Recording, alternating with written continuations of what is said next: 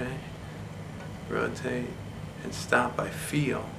And then get them to close their eyes, or you close your eyes and see if you can do it. Now if you stare in a mirror, you'll turn this until it's as thin as it can be, and you can see if you're parallel. Some teachers will have students do bow hops, keeping it parallel in the mirror. That's a good idea. Another thing that really helped me tremendously was to stare at my contact point, where the bow hairs touch the string. If you watch that point, you can be parallel to the bridge and still slip in and out, or away from the fingerboard or away from the bridge. Okay? That is some teachers call that slip tone, that sound, that fuzziness. You would do it on purpose to diminuendo and fade to nothing.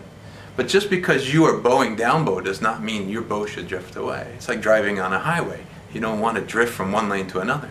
So imagine your bow has a magnet underneath it holding the bow to the string firmly, or you're a train on a train track and it doesn't slip that one spot. Now use your eyes to watch the bow. This is the best trick I know. You watch the bow and you don't let it move towards the bridge or towards the fingerboard. You just grab the one spot and make it stay there. That's the best trick I know as far as keeping it absolutely still.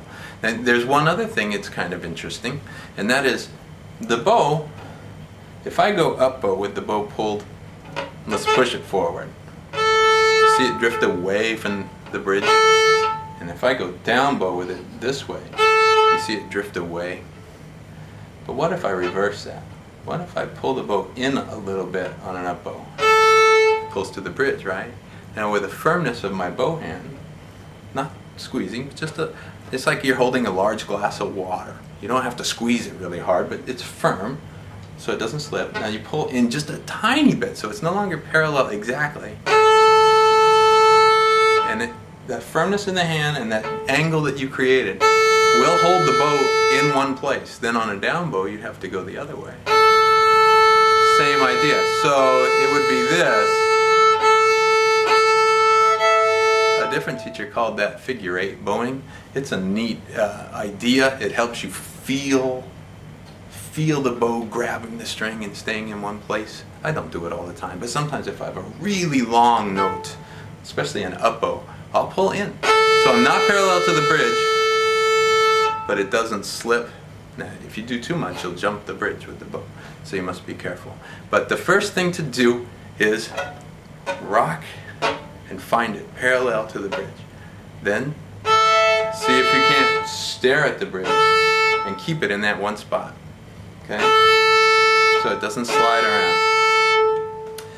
One other part of this is, it's more controversial, is whether or not your bow hair should remain flat at the tip and the frog. Okay? The old school, the way I was taught as a boy, was you're flat at the tip because the tip is lightest and it's weakest, so you want full contact of the hair. Then you go up bow, and when you get to the very frog, you'll roll to the side of the hair. Okay. It works great on the E string, so you don't run into the corners. You roll your hand away, that way, if I can get up here, roll away, I won't run into that bout right there. I have found though that when I do that, I have a little more difficulty keeping it in one place. So what I do is just raise my hand a little higher.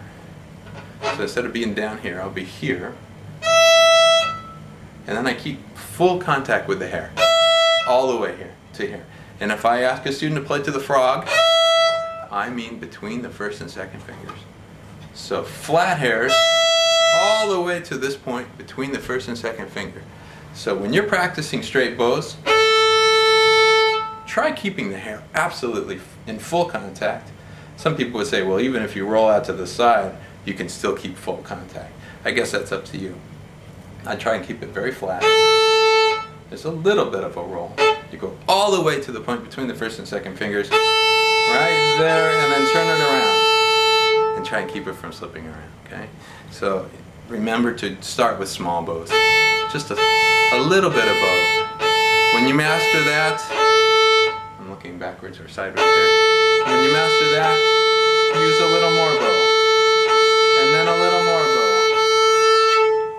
Okay? Good luck.